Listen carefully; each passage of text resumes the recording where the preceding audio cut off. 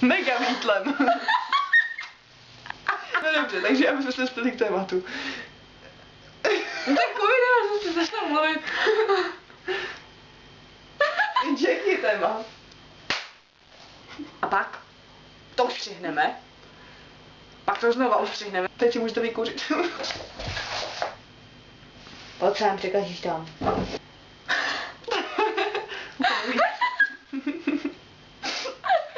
Musíš mi dostat si dítlem? Dobře, nebudu smát. To ti nebude. Díky bohu za střih. Tohle vystřihni. Všechno vytřinu. Oh, you don't say. Ne, ale Šiška. Cože? Teď mluvíme. Sorry. Au. Leskneš se mnou? To bylo divný.